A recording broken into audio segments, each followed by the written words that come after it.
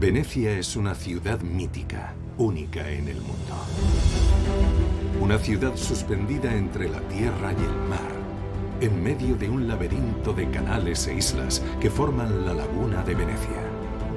Hay una Venecia deslumbrante, con lujosos palacios y monumentos emblemáticos como el Puente de Rialto, la Basílica de San Marcos o el Puente de los Suspiros. Pero también existe otra Venecia más secreta y misteriosa. Detrás de las paredes de estos edificios icónicos se escribieron las páginas más negras de la historia de la ciudad. Como el Palacio Ducal, sede del poder veneciano por excelencia. Y en el siglo XIV, epicentro de conspiraciones y traiciones. Al fondo de la sala hay un retrato pintado de negro con la inscripción «Aquí estaba Marino Faliero, decapitado por sus crímenes políticos». O la aterradora prisión de los Plomos, en donde la policía secreta del Consejo de los 10 encarcelaba a los opositores más acérrimos del Estado, como el célebre Casanova. La prisión de los Plomos era un lugar abominable. Los presos morían de frío en invierno y de calor en verano. Lugares que todavía hoy siguen alimentando leyendas negras. La de Poveglia, al sur de la laguna, es una de las más sórdidas. Dicen que la isla está maldita. Todas las historias de este lugar son historias de muerte y de sufrimiento, y en cierto modo, de miedo y misterio. En el siglo XVI, Venecia era la ciudad del erotismo y de la lujuria. En el barrio Carampane, el antiguo barrio rojo de la ciudad, la prostitución crecía a la sombra de los palacios. Era el lugar favorito de espías y cortesanas. Venecia era un nido de espías. Se controlaba quién hablaba con quién. Por último, Venecia fue un refugio para todos los pensadores esotéricos del Renacimiento. Las paredes de la Scuola Grande di San Rocco todavía llevan las huellas de sus extrañas profecías místicas. Maldiciones, conspiraciones, ocultismo. Un viaje por la Venecia de los misterios.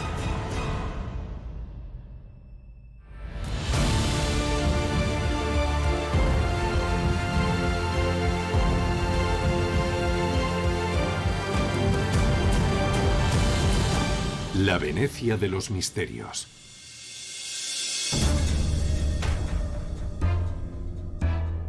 Al llegar a Venecia, una construcción capta inmediatamente la atención del visitante.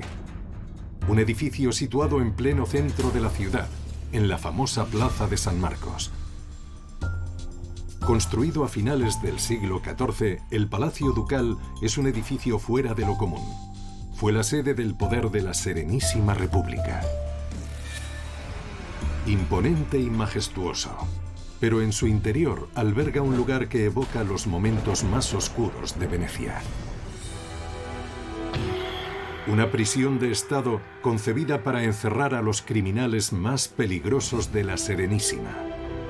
La llamaban la prisión de los Plomos. Fue allí donde en el siglo XVIII estuvo encarcelado un provocador libertino. Se llamaba Giacomo Casanova e iba a marcar para siempre la historia de la prisión de los Plomos.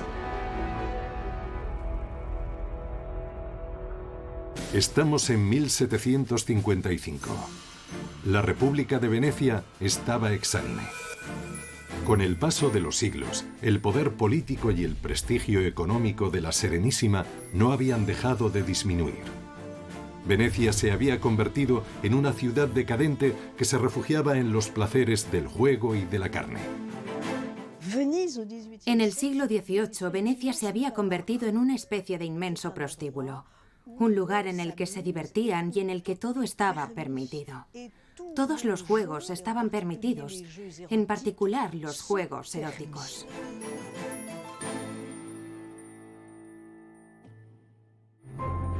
En esta Venecia de desenfreno y sexo se movía un personaje intrigante, Giacomo Casanova. un gran seductor que no dudaba en mantener relaciones prohibidas con jóvenes religiosas, ni en invitar a sus orgías a poderosos personajes, entre ellos un cardenal. Sus extravagancias y sus atrevidas relaciones no pasaban desapercibidas en una ciudad debilitada, obsesionada con el fantasma de una invasión enemiga.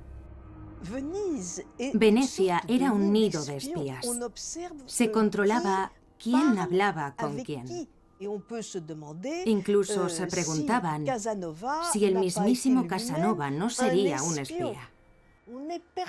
En las altas esferas del Senado estaban convencidos de que transmitía secretos de Estado.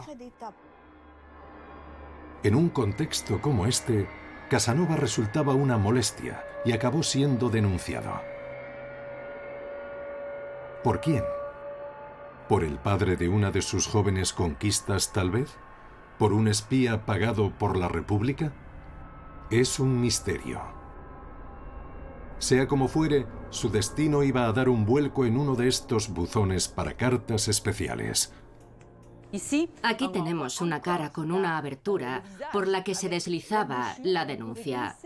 Al otro lado, la Inquisición recogía las cartas. A partir del siglo XIV se alentaba la delación. Había varias bocas de la verdad para denunciar delitos políticos, complots, personas corruptas. Esta en concreto está en el Palacio Ducal. La madrugada del 26 de julio de 1755, Casanova se despertó sobresaltado. Venían a detenerle. Creía que no tenía nada que temer. Estaba convencido de que solo querían asustarle y que lo soltarían enseguida. Pensaba que la detención sería una peripecia más en su vida de aventuras. El libertino fue conducido en góndola hasta el célebre Puente de los Suspiros. Hoy es uno de los lugares preferidos por los turistas, pero en aquel entonces era conocido por un motivo funesto. El Puente de los Suspiros no es lo que imaginamos. No se trata de los suspiros de los recién casados que vienen de luna de miel, sino de los prisioneros. El Puente de los Suspiros comunica el Palacio Ducal con la cárcel. Los suspiros que se escuchaban eran los de los prisioneros. A Casanova le aguardaba la prisión de los Plomos. Una cárcel de alta seguridad en pleno corazón del aparato del Estado, en el edificio mejor guardado de la ciudad. Un carcelero condujo a Casanova, un tal Lorenzo, que se encargó de que el prisionero pasara por esta cámara de torturas y viese su mecanismo diabólico. Te ponían una cuerda alrededor de las muñecas y 3 jefes de la Inquisición te interrogaban. Si colaborabas, mejor para ti. Si no respondías, el verdugo tiraba de la cuerda para desarticularte poco a poco los omóplatos. Para colmo del horror, había celdas a ambos lados para que los demás prisioneros escuchasen los gritos del torturado. La puesta en escena funcionó. Y Casanova se dio cuenta de que su encarcelamiento no iba a ser placentero. Y la sensación se confirmó cuando descubrió su celda. Estamos en la celda de Giacomo Casanova. No es muy alta, sobre todo si tenemos en cuenta que él medía 1,94, de modo que no podía permanecer de pie.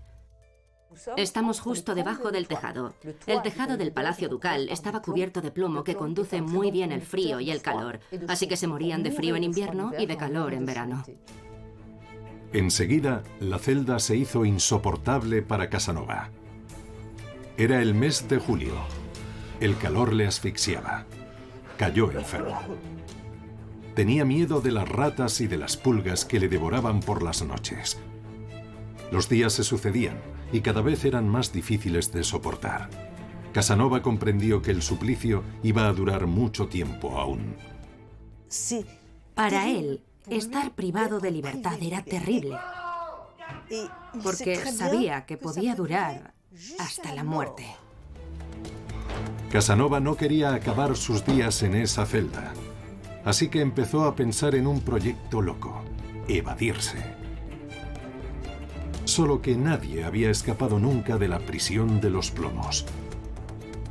¿Cómo iba a hacerlo si su celda estaba vigilada las 24 horas del día? Al cabo de unos meses, Casanova obtuvo un permiso para pasear por el desván de la prisión. Allí se hizo con una herramienta providencial. Una simple barra de hierro que iba a convertirse en el instrumento de su salvación. Por las noches, debajo de su cama que estaba detrás de mí, empezó a excavar y a excavar un túnel lo suficientemente grande para poder escapar. Después de varios meses de trabajo intenso, Casanova estaba listo. Pero el día antes de su evasión, su carcelero Lorenzo le comunicó que iban a transferirle a otra celda. Era una catástrofe. Imagínense la tragedia. Por un lado porque iban a descubrir el túnel que había excavado y por otro porque estaba a punto de evadirse. Habían descubierto sus planes. El castigo fue inmediato. Lo llevaron a una celda más pequeña y, sobre todo, la inspeccionaban 4 veces al día. Su sueño de evasión se esfumó. Ahora sí que iba a pasar sus días entre esas 4 paredes. Pero la madrugada del 31 de octubre de 1756, Lorenzo descubrió estupefacto que Casanova se había volatilizado. ¿Cómo había logrado semejante proeza? Había convencido a otro prisionero para que le ayudase a realizar un agujero en el techo de su celda. Ya en el tejado, la única oportunidad que Casanova y su cómplice tenían era regresar al interior del Palacio Ducal a través de un tragaluz secreto. Esta evasión era una locura. Estaban dentro del Palacio Ducal, que era el centro del poder en Venecia. Un lugar bajo vigilancia permanente. Nadie había escapado nunca de los plomos. Y después de algunas acrobacias, Casanova salió literalmente por la puerta grande.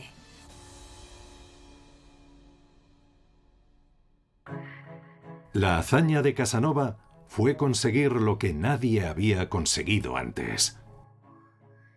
Sus dotes para la manipulación fueron decisivas.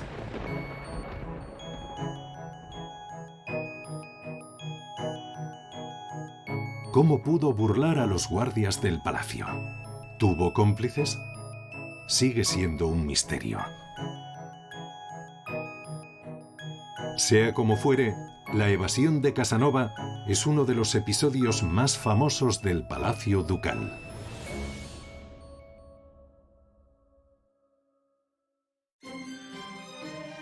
A lo largo de su historia, el edificio ha sido el escenario de sangrientos complots e intrigas. En la Edad Media se urdió una terrible trama entre estas paredes. Una trama que estuvo a punto de acabar con la República de Venecia. Desde la época medieval, el Palacio Ducal simbolizaba por sí solo la importancia y el poder de la Serenísima. Hay que situarse en la Edad Media. Los visitantes que venían en barco llegaban a la piazzetta que hay justo antes de la plaza de San Marcos, y lo primero que veían era la fachada gótica del Palacio Ducal. Inmediatamente sabían que estaban en una república fuerte, poderosa. Ningún edificio se le parecía. Ni en la arquitectura ni en el papel político, ya que agrupaba a todas las instituciones. La más importante de ellas ocupaba esta sala grandiosa, ricamente decorada. Estamos en la sala del Gran Consejo, el mayor concilio. Desde aquí, la República de Venecia gobernó durante 1000 años. Tiene una superficie de 1.300 metros, pero hay que imaginarse que en esta sala el domingo se reunían hasta 2.000, 2.400 personas que votaban todos los mandatos de la República. Los miembros del Gran Consejo pertenecían a las familias más adineradas y tenían un poder inmenso. votaban todas las decisiones políticas y sobre todo elegían al primer magistrado de la ciudad, el dogo, personaje que encarnaba por sí solo el fasto y el poder de Venecia. Por fuerza, la huella de los dogos está omnipresente. En la sala del Gran Consejo encontramos un friso que muestra a todos los dogos de forma cronológica desde el siglo VIII hasta 1797. En este fresco reside la primera pista del misterio del Palacio Ducal. Y, sin embargo, si miramos alrededor, nos daremos cuenta de que al fondo de la sala, a la derecha del dogo dándolo, hay un retrato pintado de negro con la inscripción «Aquí estaba Marino Faliero», decapitado por sus crímenes políticos. Marino Faliero, el único de los 120 dogos que ha habido cuyo retrato ha sido eliminado del glorioso recuerdo de la ciudad. ¿Quién era este misterioso personaje que Venecia suprimió de su historia? ¿Qué pudo hacer para merecer un castigo semejante? Nada podía hacer presagiar tal deshonor. Marino Faliero era un sabio de Venecia. Un personaje respetado que fue ascendiendo paulatinamente. El dogo Faliero pertenecía a una familia muy antigua que figuraba entre lo que en aquella época se conocía como las prima tece, es decir, los más poderosos. Socialmente era una figura relevante. La suya fue una carrera política tan ejemplar que en septiembre de 1354 Marino Faliero fue elegido el 55º dogo de Venecia, el máximo honor. En aquel momento Faliero era embajador en la corte papal de Aviñón, así que se dirigió por mar a Venecia. Al llegar, una niebla densa cubría la laguna. El barco se vio obligado a desembarcarlo entre las dos famosas columnas de San Marcos y San Teodoro, al pie del Palacio Ducal. Un mal augurio. Existía una superstición, según la cual no había que entrar en San Marcos pasando entre las dos columnas, porque era el lugar en el que se instalaba el cadalso para las ejecuciones capitales. Era el lugar de los suplicios. Daba mala suerte. El mandato de Faliero se inició bajo malos auspicios y no iba a mejorar. Desde el principio del mandato, el dogo heredó una guerra interminable contra el gran rival de la época, la ciudad de Génova, situada al otro lado de la península italiana. Faliero no conseguía firmar un tratado de paz con el enemigo declarado. Enseguida el dogo se hizo impopular y su autoridad fue puesta en entredicho, incluso en el seno del palacio. En concreto por un grupo de jóvenes nobles de una familia rival, los Steno. Uno de ellos, el joven Michele Steno, llegó a ofender a la mujer de Faliero escribiendo versos ignominiosos en el trono del dogo. En pocas palabras, Steno había escrito: el dogo la mantiene y los demás la disfrutan y la honran. Faliero montó en cólera y exigió a los magistrados de la República un castigo ejemplar muy severo. La reacción de Faliero estaba a la altura de la humillación. Pero como dogo no podía influir en la justicia. Sus poderes eran muy limitados y estaban muy controlados. El dogo asistía a las audiencias, con toda la parafernalia de su majestad, con sus trajes, con el tocado ducal en la cabeza. Parecía un soberano, pero en realidad no lo era, puesto que carecía de la mayoría de los poderes. Los ostentaban el conjunto de los consejeros que formaban la Comuna de Venecia. Al final, el joven Steno fue condenado a una pena muy ligera. Una semana de prisión. Para Marino Faliero fue una catástrofe. Una semana no era nada. La venganza sería aún peor. Su rabia era completamente desmesurada. Venganza. El dogo solo tenía eso en mente. Entonces Marino Faliero mostró su verdadera cara. la de un anciano colérico y autoritario capaz de lo peor para lavar su honor. Faliero era alguien que podía llegar muy lejos en sus decisiones. Cuentan que abofeteó a un obispo en Treviso por llegar 5 minutos tarde a una procesión e incluso mató a un mercader en el puente de Rialto. Era la cara oscura de Marino Faliero, un hombre imprevisible dispuesto a cometer lo irreparable. Se entrevistó en secreto en palacio, a salvo de las miradas, con personajes que habían sido apartados del poder y que deseaban hacérselo pagar a la Serenísima. Fuera del palacio ducal, de la aristocracia y de la nobleza, reunió a capitanes de barco, mercaderes venecianos, burgueses y gente del pueblo. Con la ayuda de sus cómplices, Faliero ideó un plan diabólico. Pero tenían que ser discretos. La policía secreta del temible Consejo de los 10, que velaba por la seguridad del Estado, tenía confidentes por todo el palacio. Aunque la operación era muy arriesgada, Faliero tenía muy claro el objetivo: derrocar a la República y convertirse en el señor todopoderoso de Venecia.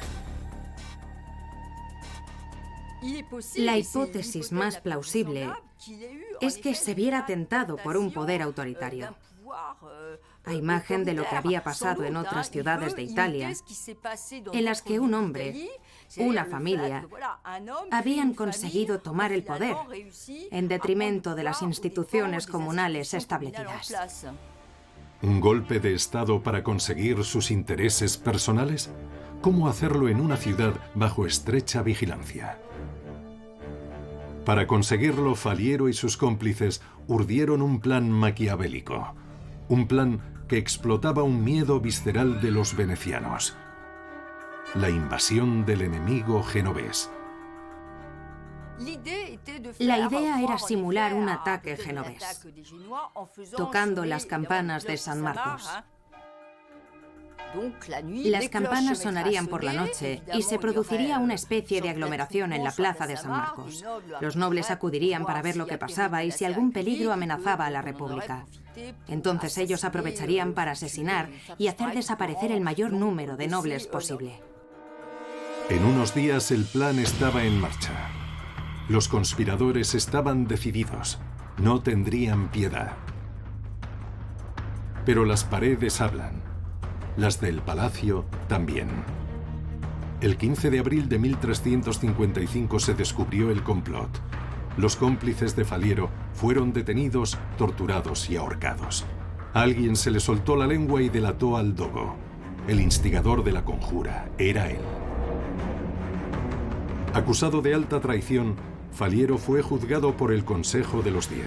Un tribunal de justicia de siniestra reputación que se reunía en las salas secretas del Palacio Ducal. Estamos en el Consejo de los 10 en el Tribunal Supremo de Venecia.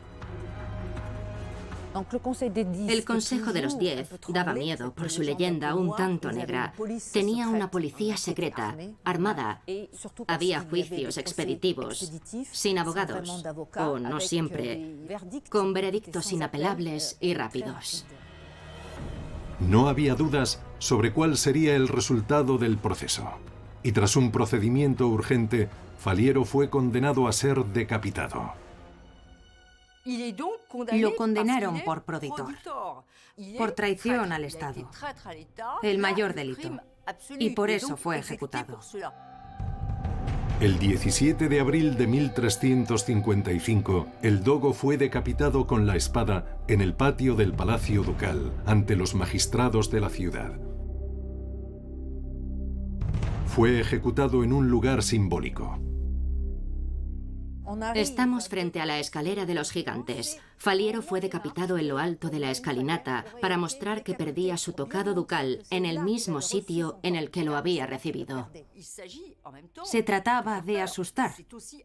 Era un mensaje para todo aquel que tuviera la tentación de conspirar contra la República. En total, el reinado de Faliero apenas duró un año.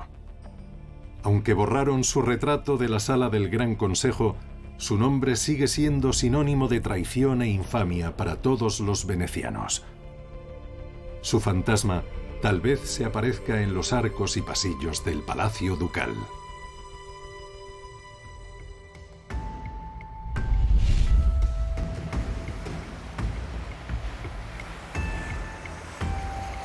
Si hablamos de fantasmas en Venecia, es inevitable hablar de un lugar. Para descubrirlo dejamos San Marcos y nos dirigimos al sur, a uno de los 114 islotes que componen la laguna de Venecia. Entre esas islas hay una que las guías turísticas evitan mencionar. Se llama Poveglia. Su reputación es muy siniestra. Es la isla más embrujada del mundo. ¿Cómo consiguió Poveglia un calificativo tan poco atractivo? ¿Qué misterio guarda este lugar de atmósfera extraña?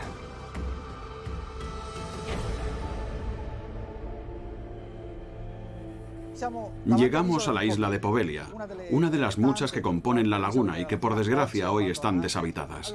Debo reconocer que la primera impresión es algo inquietante. Está deshabitada desde hace 50 años. Pisar el suelo de Poveglia es aventurarse en un territorio prohibido. Sin embargo, miles de aficionados a lo sobrenatural vienen cada año para vivir la gran experiencia. Entre zarzas y malas hierbas están las ruinas de un edificio que fue abandonado en los años 60 y que suscita todo tipo de interrogantes y fantasías. Todas las historias de este lugar son historias de muerte y de sufrimiento, y en cierto modo, de miedo y misterio. Algunos cuentan que Poveglia albergó durante mucho tiempo un hospital psiquiátrico.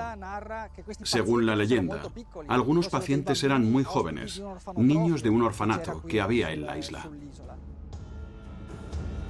Los pacientes de la institución mental habrían padecido una curiosa patología. Algunos habrían sufrido terroríficas apariciones. Habrían visto fantasmas de cadáveres que acaban de salir de la tierra y regresaban para aparecerse por las noches. Para curarles las alucinaciones, el jefe de psiquiatría habría cometido las peores atrocidades con los enfermos, practicando lobotomías, electroshocks e incluso torturas. Para ello, habría utilizado extrañas máquinas. Aquí hay unas máquinas de aspecto terrorífico. Miren qué grandes son. No cuesta mucho imaginar a alguien encerrado ahí dentro. Todos estos aparatos tan grandes, tan extraños, aparentemente inexplicables, contribuyen a mantener la leyenda sobre el misterio de Poveglia. ¿Mito o realidad? La leyenda cuenta que el misterioso médico también habría sido testigo de fenómenos extraños que le habrían llevado a perder la razón. El médico, que también sufría las apariciones de los fantasmas, no conseguía dormir. La leyenda cuenta que un día decidió subir al campanario, que era el único elemento antiguo de la isla, y se arrojó a la laguna, donde murió ahogado. Pero ¿quiénes eran los fantasmas que se aparecían en la isla de Poveglia hasta hacer enloquecer a los residentes? La explicación estaría grabada en una misteriosa piedra algo apartada de las ruinas. En esta piedra hay una inscripción en latín. Todavía puede leerse Nefodias, no excaves. Aquí descansan muertos por contagio. Es una inscripción un tanto particular, porque ordena no excavar, aunque tal vez podría interpretarse como no molestar. Es algo ambiguo. Es una advertencia. Dejad a los muertos tranquilos, para que puedan descansar en paz, pero sobre todo porque son contagiosos. Muertos a los que habría que dejar descansar en paz. El suelo de Poveglia habría sido durante siglos una gigantesca fosa común. Miles de muertos a causa de la peste habrían sido enterrados en la isla. La leyenda incluso habla de enfermos enterrados vivos. Personas que habrían contraído la peste negra y habrían sido arrojadas vivas a las fosas comunes, cubiertas de cal viva y abandonadas. Estas historias atroces y sórdidas nos conducen a un pasado turbio de Poveglia. En el siglo XVIII, la isla se utilizó como lazareto, un lugar en el que Venecia exilaba a los enfermos de peste. La isla de Poveglia ha tenido varias vidas. En una fue el lazareto. Poveglia fue el nuevo lazareto y acogió el último caso de peste al final de la República de Venecia. La historia de Venecia y la peste es una historia trágica. Una epidemia que durante 5 siglos diezmaba regularmente la población y nadie era capaz de explicar. En su desesperación, los venecianos se pusieron en manos de un personaje aterrador, el médico de la peste. La imagen del médico de la peste es muy conocida, con su máscara en forma de pico. Parecían pájaros de gran tamaño, muy inquietantes. La punta del pico servía para contener esencias perfumadas, precisamente para evitar la inhalación de las miasmas de los apestados. La decisión final de exilar a los enfermos a lazaretos, a menudo para dar el último aliento, recaía en el médico de la peste. Realmente, ¿cuántas personas murieron y fueron enterradas en Poveglia? La leyenda de la isla habla de 200.000 cadáveres. Hay 20 muertos demostrados a finales del siglo XVIII, y no 20.000 ni 200.000. La isla hace fantasear a los cazadores de fantasmas, convencidos de la veracidad de estas historias. Sin embargo, las mentes más cartesianas no ven en ellas más que leyendas. Estos muertos, aunque seguro que preferirían no haber sido enterrados aquí, siempre han permanecido tranquilos y nunca han molestado a nadie. El manicomio del terror sería fruto de la imaginación de algunas mentes. En realidad, el edificio fue una residencia de ancianos. Unas inscripciones medio borradas alimentaron unos rumores extravagantes e irracionales. Todavía puede leerse servicio de psiquiatría. Esto nos indica 2 cosas. La residencia de ancianos contaba con un servicio para tratar la demencia senil, pero se trataba únicamente de un servicio dentro del hospital. Pudo ser esto lo que provocara la confusión. Algunas personas con unas expectativas muy altas llegaron a la isla y al leer la inscripción se imaginaron muchas cosas. En realidad se trataba sencillamente de un servicio de psiquiatría normal y corriente, dentro de un centro de atención para personas mayores. Los supuestos instrumentos de tortura que todavía quedan en el lugar tenían una función mucho más convencional. Imagínense una persona que llega a la isla y ve este aparato. No tiene ni idea de lo que es. Lo abre, tira y por supuesto supone que algo colgaba de aquí. Pero no sabe el qué, así que se imagina toda clase de cosas.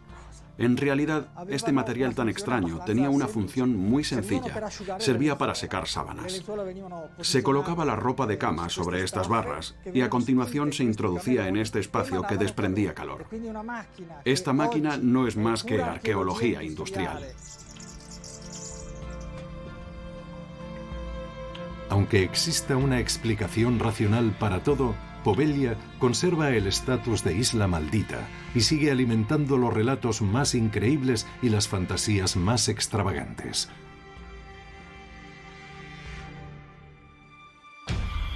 Pero en la Venecia del siglo XVI era otro barrio diferente, situado en pleno centro de la ciudad, el que hacía fantasear a toda Europa. Para descubrirlo hay que adentrarse en los callejones y por los estrechos canales de los barrios populares.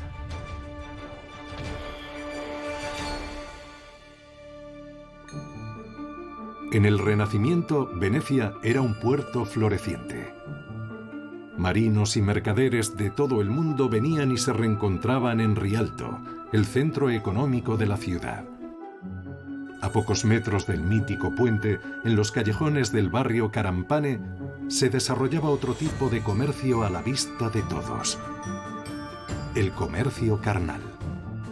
En aquella época, Venecia era la capital de la prostitución. había más de 11.000 chicas de vida alegre. Una actividad alentada y controlada por las autoridades de la ciudad. Al final de la Edad Media en Venecia, decidieron crear una zona dedicada a la prostitución. Concentraron a todas las prostitutas en un barrio que llamaron el Castelletto, el Castillito. Las prostitutas tenían prohibido ejercer su oficio fuera de esta zona. Las autoridades fijaban unas reglas muy estrictas y administraban y gravaban con impuestos el barrio rojo. A cambio, a las prostitutas les estaba permitido captar clientes en la calle. Detrás de mí pueden ver el puente del Etete, el puente de los senos, así llamado por la costumbre que tenían las prostitutas de enseñar los pechos. La Serenísima permitía semejantes prácticas porque el negocio de la prostitución era muy lucrativo. Pero sobre todo porque las chicas de vida alegre iban a convertirse en un poderoso instrumento de vigilancia al servicio de la República. Una de estas mujeres lo experimentó amargamente. Se trata de la cortesana más famosa y también la más intrigante de Venecia, Verónica Franco. Verónica Franco procedía de una familia típica veneciana de la época, una familia burguesa. El padre tenía deudas y al final fueron las mujeres las que salvaron la familia prostituyéndose. Verónica Franco aprendió el arte de la seducción de su madre, Paula, que también era cortesana. La joven era ambiciosa. Fue ascendiendo en la prostitución hasta convertirse en lo que los venecianos denominaban una cortesana honesta. Estaban las prostitutas clásicas y luego estaban las mujeres honestas, o mejor dicho, las cortesanas honestas. La cortesana era una figura que tenía la posibilidad de vincularse al mundo cultural y que podía emanciparse. Para poder emanciparse, Verónica debía encontrar un protector. Gracias a su belleza cautivadora y a su talento para la literatura, consiguió entrar en un círculo muy exclusivo, el de una familia de la aristocracia veneciana muy influyente, los Venier. Para Verónica Franco, el salón de Domenico Venier era el camino para la ascensión. Verónica no iba a detenerse ahí. Aunque su nombre y sus encantos empezaban a ser conocidos, necesitaba una dirección respetada para recibir a sus ilustres amantes y acercarse al poder, de modo que se instaló en un barrio muy concreto.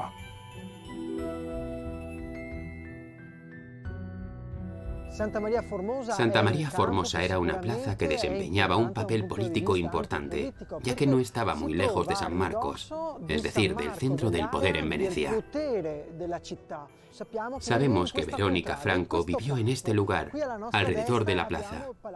A nuestra derecha está el Palacio Venier, en donde vivía Domenico Venier. En su nuevo barrio, Verónica se codeaba con hombres ricos y poderosos. Aristócratas, embajadores, cardenales, todos se peleaban por pasar una noche con la cautivadora cortesana. En la intimidad de la alcoba, la gente se relaja y habla.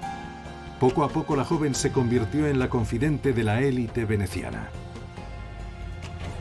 Una confidente que iba a resultar de suma utilidad para la Serenísima. En la compleja realidad que vivía Venecia en el Renacimiento, la cortesana no era solo una simple prostituta. Podía ser además una espía, o más exactamente, una informadora.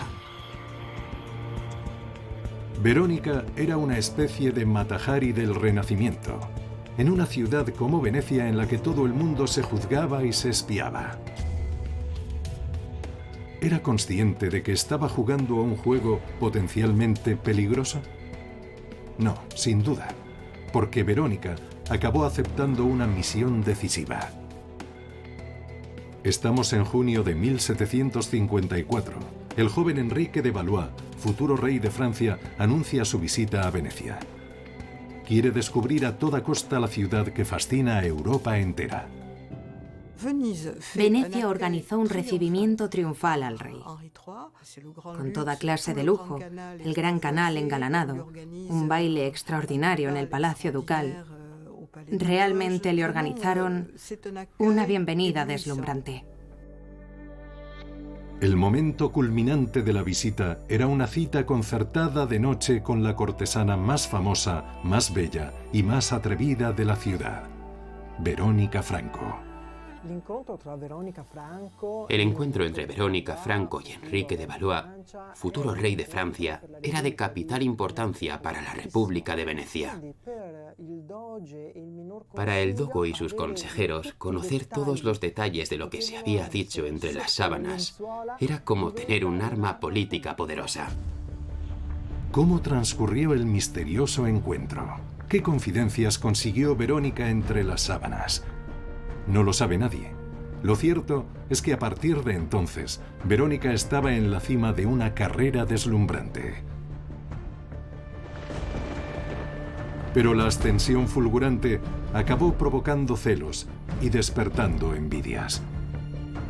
Un tal Mafio Venier, sobrino de su protector, no pudo soportar más que una mujer del pueblo se contonease en las fiestas mundanas y escribió un panfleto de una violencia inaudita en contra de la que llamaba auténtica y única puta. Mafio Venier caricaturizó a Verónica Franco describiéndola como una mujer que obtenía favores, no por sus dotes literarias, sino por haber hecho un pacto con el diablo. Esta descripción de Verónica corrió como la pólvora entre la opinión pública de Venecia. En las calles el rumor popular crecía. Ahora Verónica Franco tenía que soportar también la calumnia. Decían de ella que en realidad era un personaje doble, cortesana y a la vez sierva de Satán. Una bruja que practicaba ritos secretos y que merecía la hoguera. Pero el ataque más violento iba a venir de su propio hogar. Vanitelli, que era el preceptor de su hijo, la acusó de brujería. La acusó de haber enviado a su hijo a la iglesia vecina a robar una rama de olivo, un cirio blanco y agua bendita para celebrar una misa negra. El pérfido preceptor denunció a Verónica a la terrible Inquisición de Venecia. La cortesana fue convocada ante los 3 jueces que formaban este tribunal expeditivo y autoritario. Las acusaciones eran numerosas: blasfemia, herejía, brujería y también una conducta sexual depravada. Verónica no tenía ninguna posibilidad de salir airosa ante tales acusaciones. De repente se vio atrapada en el engranaje de la Inquisición. Defenderse uno solo, como hizo ella, ante un organismo tan potente, equivalía a una condena de muerte inmediata. Sin embargo, Verónica se defendió con la frente bien alta. Por increíble que parezca, consiguió librarse de la pena capital. Un milagro. Pero ¿cómo lo consiguió? ¿Por qué recularon las autoridades de la Serenísima ante la cortesana atrevida? Quizás supiese demasiado. Y como conocían su franqueza por sus cartas, les dio miedo que hablara además. Verónica consiguió salir airosa de una situación que parecía perdida de antemano, como si la protegiesen fuerzas venidas de otros lugares. Pero lo cierto es que el proceso acabó con su carrera.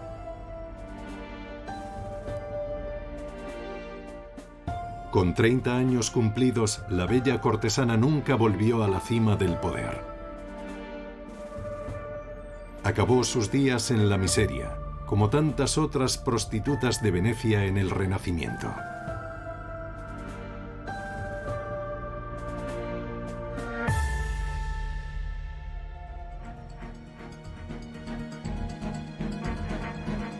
En el siglo XVI, Venecia no solo toleraba cierta libertad de comportamientos, también permitía la diversidad de creencias, en ocasiones muy alejadas del dogma cristiano. Sociedades secretas, alquimistas o adeptos a la cábala, todos han dejado su huella misteriosa por toda la ciudad. Y a veces, en los lugares más inesperados.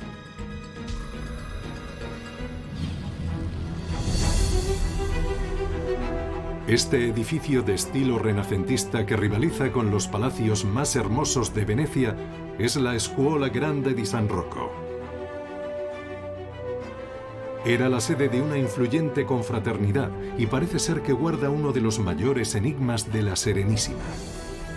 Para comprenderlo, debemos conocer para qué se construyó en el siglo XVI. Se trata de la sede de una de las 6 Scuola Grande que había en Venecia en el siglo XVI. El cometido principal de cofradías como las Scuola Grande era asistir a pobres, mendigos, enfermos. Al ejercer dicha asistencia, desempeñaban un papel determinante en el seno de la sociedad veneciana. El edificio fue financiado por miembros de la alta burguesía que quería mostrar su poder. Por eso es tan majestuoso. La decoración del interior es impresionante. 50 lienzos monumentales realizados por un solo hombre. Un genio de la pintura veneciana, Tintoretto. Precisamente en esta decoración se escondería el gran misterio de la Scuola. Estamos en la sala baja de la Scuola Grande di San Rocco. Por petición de los cofrades de la Scuola, Tintoretto decidió representar un ciclo de la historia de la vida de la Virgen y de la infancia de Cristo. Los cuadros de inspiración religiosa intrigan todavía hoy a historiadores y aficionados al arte. El maestro habría escondido detalles extraños sin ninguna explicación. Como en este cuadro, la adoración de los magos. Un episodio de la Biblia que cuenta la visita de los 3 reyes magos al pesebre en el que había nacido el niño Jesús. A priori, la escena con los 6 personajes principales no tiene nada extraño. Este cuadro representa una adoración de los magos con la Virgen María, los 3 magos y José justo al pie de la tarima. Pero lo que sorprende en este cuadro es la presencia de un personaje misterioso que no se menciona en ningún texto. La tradición iconográfica no prevé en ningún caso la presencia de este personaje. ¿Quién es ese hombre? ¿Por qué ocupa un lugar tan importante en el cuadro? Durante siglos, los historiadores han intentado responder a estas preguntas interesándose por la vestimenta tan particular que lleva. Tiene unos ojos muy expresivos, barba larga. La ropa que lleva se interpretó en un principio como hábitos religiosos. Pero si nos fijamos atentamente, descubriremos que el personaje está vestido como un peregrino. Hábitos de viajero, un bastón, un sombrero de ala ancha. El personaje es un calco de uno de los hombres más fascinantes que haya conocido Venecia en el siglo XVI. Aquí lo tenemos, Guillaume Postel. Un intelectual humanista francés, viajero incansable, con un saber enciclopédico que cautivó a sus contemporáneos. Se trata de un hombre increíblemente cultivado, astrónomo, científico, diplomático. Conocía muchas lenguas, árabe, hebreo, francés, italiano. Es un políglota, algo excepcional en aquella época. Además de ser un especialista en lenguas orientales, Postel era filósofo y teólogo. Un teólogo que se fue separando progresivamente del dogma de la Iglesia. Postel era un apasionado del esoterismo. Descifró los secretos de la cábala, la tradición mística del judaísmo. Para Postel, la cábala viene del mundo judío al que considera una anticipación profética del cristianismo. Tiene un corpus textual, doctrinas, símbolos que permiten volver a examinar el cristianismo con nuevas herramientas. Postel no se conformó con reexaminar el cristianismo. Sus investigaciones esotéricas y su conocimiento de Oriente Medio le llevaron a forjar una teoría inaceptable para la Iglesia. Según él, sería posible reunir todas las grandes religiones bajo la autoridad de un solo papa, al que denominó el Papa Angélico. Pero Postel estaba convencido de que él era el famoso Papa Angélico. Para la Iglesia, eso era herejía. Es fácil imaginar que este pensamiento podía hacer mucho daño y que un personaje como Postel era muy peligroso para el equilibrio de las creencias religiosas de la época. ¿Por qué iba a arriesgarse Tintoretto a provocar a la Iglesia representando a un personaje tan provocador? ¿El peregrino es realmente Guillaume Postel? El parecido físico con el retrato del pensador francés no es el único indicio que lleva a los historiadores a pensarlo. Se sabe que para pintar sus cuadros, Tintoretto se inspiró en un texto misterioso, un evangelio que la Iglesia rechazaba. Lo llaman el Protoevangelio de Santiago. En él se narra fundamentalmente la vida de la Virgen, Madre de Jesús. Guillaume Postel tradujo el texto al latín en 1552. ¿Casualidad? Tintoretto no podía ignorar algo así. Yo estoy convencida de que el personaje que aparece arrodillado es Guillaume Postel, porque tuvo un papel muy importante en la difusión del protoevangelio de Santiago, en el que Tintoretto se inspiró para la concepción de estos cuadros. Si nos fijamos detenidamente, la adoración de los magos no sería el único lienzo que rinde homenaje a Guillaume Postel. Las paredes de la escuela están repletas de referencias esotéricas a las profecías del pensador francés. La disposición de las pinturas en los techos de la sala capitular, por ejemplo, escondería un mensaje codificado, indescifrable para los no iniciados. Otro lienzo parece confirmar esta teoría. Se trata de la obra maestra de la Scuola Grande, la Crucifixión. La Crucifixión es el segundo cuadro que Tintoretto pintó para la Scuola Grande di San Rocco. Es un cuadro literalmente repleto de presencias. En efecto, Tintoretto representó en él a decenas de personajes. Hay que fijarse en lo que sucede al pie de la cruz. La Virgen María se desmaya. En sus brazos vemos a otra mujer que también parece dormida. La presencia de una segunda mujer es algo incomprensible y a la vez inédito. Tiene los pies superpuestos exactamente igual que Cristo en la cruz. Además, esta figura se cubre con un manto, que podría ser el sudario de Cristo, de modo que los dos personajes están relacionados de alguna manera. ¿Quién es esta mujer que Tintoretto habría asociado simbólicamente a Cristo? Este personaje podría analizarse a la luz de la última profecía de Guillaume Postel, la más inquietante y la más escandalosa para la Iglesia. En 1547, Postel se refugió en Venecia. Por aquel entonces era capellán en el Hospital San Juan y San Pablo. Allí conoció a una misteriosa mujer. Se hacía llamar Madre Jean. Decían que tenía poderes extraordinarios. Cuando Postel la conoció, se encargaba de la cocina, se ocupaba de los pobres y más desfavorecidos en el hospital. Era una mística que se dedicaba a la contemplación y que tenía revelaciones, concretamente sobre el fin del mundo. Como tenía visiones, Postel se imaginó enseguida que poseía una ciencia divina y la tomó por el Mesías femenino, Cristo bajo forma femenina.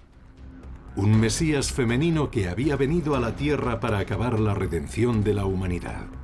Esa era la profecía de Postel. Para la Iglesia era un sacrilegio. A partir de ese momento, el pensador fue oficialmente considerado un hereje. Incluso lo declararon loco.